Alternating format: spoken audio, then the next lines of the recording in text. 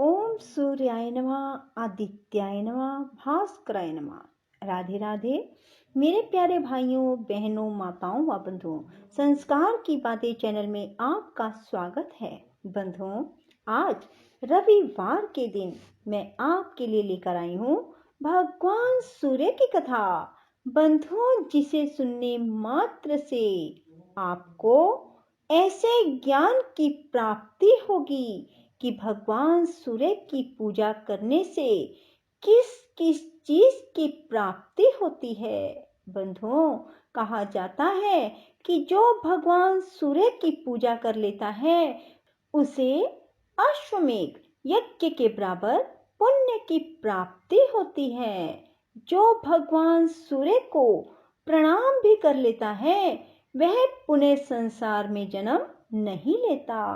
बंधुओं, कथा को पूर्ण विश्वास और सच्ची निष्ठा के साथ सुनना। बंधुओं, आपको बहुत अधिक ज्ञान की तो प्राप्ति होगी ही और आपको सभी दिशाओं में मान सम्मान भी मिलेगा। आपको यश की प्राप्ति होगी, आपको सुख और समृद्धि की भी प्राप्ति होगी। बंधुओं, यदि आपने हमारे चैनल को अब तक सब्सक्राइब नहीं किया तो जरूर करें और बेल आइकन दबाना ना भूलें ताकि आपको हमारी आने वाली सभी वीडियोस की जानकारी सबसे पहले हो सके। ब्रह्मा जी ने कहा, मनुष्य निष्कपट भाव से तिमिर हर भगवान भास्कर की आराधना करके सद्गति प्राप्त कर सकता है। जो व्यक्ति विषयों में आसक्त है और भगवान सूर्य में मन नहीं लगाता, ऐसा पाप करने वाला मनुष्य सद्गति कैसे प्राप्त कर सकेगा। संसार के दुख से पीड़ित व्यक्ति सद्गति प्राप्त करना चाहता है तो उस लोक पूज्य सर्वेश्वर भगवान ग्रह अधिपति सूर्य की पुष्प, सुगंधित धूप, अगुरु, चंदन, वस्त्र, आभूषण तथा भक्ष्य नैवेद्य आदि उपचारों से उपवास परायण होकर आराधना करें। यदि संसार से विरक्त होकर सद्गति प्राप्त करने की अभिलाषा हो तो काल के स्वामी सूर्य देव की आराधना करें। यदि उनकी आराधना के लिए पुष्प नहीं है तो शुभ वृक्षों के कोमल पल्लवों एवं दुर्वांकुरों से भी पूजा की जा सकती है। अपनी सामर्थ्य के अनुसार पुष्प, पत्र, जल और धूप से भक्ति भाव पूर्वक भगवान भास्कर की पूजा कर वह अतुलनीय संतुष्टि प्राप्त कर सकता है। सूर्य देव के लिए विधिवत एक बार भी किया गया प्रणाम 10 अश्वमेध यज्ञ के बराबर होता है। 10 अश्वमेध यज्ञ को करने वाला मनुष्य बार बार जन्म लेता है, किंतु सूर्य देव को प्रणाम करने वाला पुनः संसार में जन्म नहीं लेता। इस प्रकार भक्ति पूर्वक जिसके द्वारा विधि विधान से भगवान सूर्य की उपासना की जाती है वह उत्तम गति प्राप्त करता है। उन्हीं की आराधना करके मैंने संसार पूज्य इस ब्रह्मत्व को प्राप्त किया है। आपने भी पहले उन्हीं सूर्य देव से अपनी अभिष्ट इच्छाओं को प्राप्त किया। भगवान शंकर भी उन्हीं की आराधना से ब्रह्म हत्या से मुक्त हुए। भगवान दिवाकर की आराधना से किन्हीं मनुष्यों ने देवत्व, किन्हीं ने गंधर्व और किन्हीं ने विद्याधरत्व प्राप्त किया है।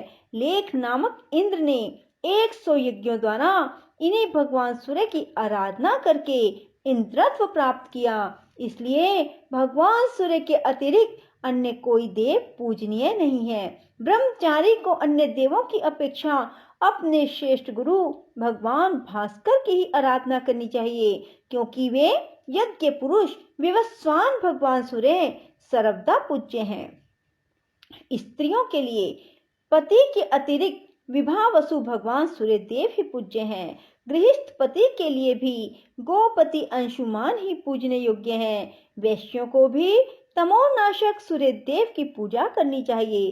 सन्यासियों के लिए भी सदैव विवाह वसु ही ध्यान करने योग्य हैं। जो मनुष्य भक्ति पूर्वक सूर्य देव का मंदिर बनवाता है वह अपनी 7 पीढ़ियों को दिव्य सूर्य लोक प्राप्त करा देता है। सूर्य देव के मंदिर में जितने वर्ष पर्यंत भगवान सूर्य की पूजा होती है उतने हजार वर्षों तक वह सूर्य लोक में आनंद प्राप्त करता है। जिनके घर में अधरे पुष्प चंदन नैवेद्य आदि के द्वारा भगवान सूर्य की विधि पूर्वक आराधना होती है वह चाहे सकाम हो या निष्काम वह सूर्य की साम्यता प्राप्त कर लेता है। भगवान सूर्य में अपने मन को लगाकर जो व्यक्ति अत्यंत सुगंधित मनोहारी पुष्प विजय तथा अमृत आदि नामक धूप अत्यधिक सुगंधित कपूर आदि के विलेपन का लेप दीपदान नैवेद्य आदि उपहार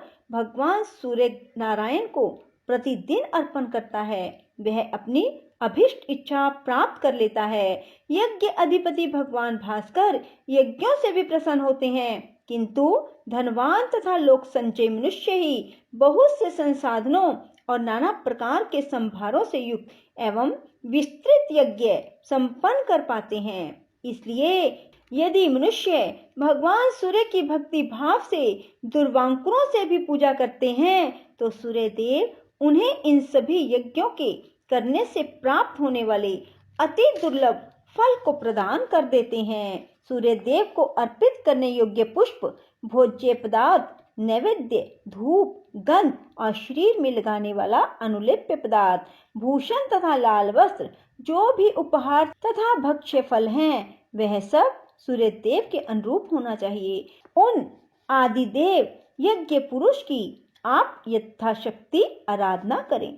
भगवान सूर्य के मंदिर में जो चित्रभानु भगवान दिवाकर को तीर्थ के पवित्र जल गंध मधु घृत और दूध से स्नान कराता है वह स्वर्ग लोक के समान मधुर दूध दही से संपन्न हो जाता है अथवा शाश्वत शांति को प्राप्त कर लेता है। अनेक विधेय वंशीय जनक नाम से प्रख्यात राजा और है वंशी नृपतिगण भगवान सूर्य की आराधना से अमरत्व को प्राप्त हो गए हैं। इसलिए आप भी विधि पूर्वक उपासना से भगवान भास्कर को संतुष्ट करें। इससे प्रसन्न हुए भगवान सूर्य शांति प्रदान करते हैं। विष्णु ने पूछा ब्रह्मन भगवान सूर्य उपवास से कैसे संतुष्ट होते हैं? उपवास करने वाले भगत के द्वारा इनकी आराधना किस प्रकार की जाए इसे आप बताएं। जब भोग परायण व्यक्ति भी धूप दीप आदि उपचारों से भगवान सूर्य की तन्मयता पूर्वक आराधना कर कल्याण प्राप्त कर लेता है तो फिर उपवास परायण व्यक्ति आदि आराधना करता है तो उसके कल्याण के विषय में कहना ही क्या है। पापों से दूर रहना सद्गुणों का आचरण करना संपूर्ण भोगों से विरत रहना उपवास कहलाता है। जो उपवास परायण पुरुष भक्ति भाव से 1 रात 2 रात अथवा 3 रात भगवान सूर्य का ध्यान करता है उनके नाम का जप करता है उनके उद्देश्य से ही संपूर्ण कार्य करता है तो उन्हीं में अपना मन लगाए हुए है ऐसा अनासक्त पुरुष भगवान सूर्य की पूजा कर उस परम ब्रह्म को प्राप्त कर लेता है। जो मनुष्य किसी कामनावश अपने मन को भगवान सूर्य में लगाकर ध्यान पूर्वक उनकी उपासना करता है वह वृषभध्वज भगवान सूर्य के प्रसन्न होने पर उस उद्देश्य को प्राप्त कर लेता है। इस प्रकार सभी आश्रमों के लिए चित्रभानु भगवान सूर्य नारायण ही उपास्य हैं। उनकी आराधना से सद्गति प्राप्त हो जाती है। बोलो सूर्य भगवान की जय हो। राधे राधे। जय श्री कृष्णा।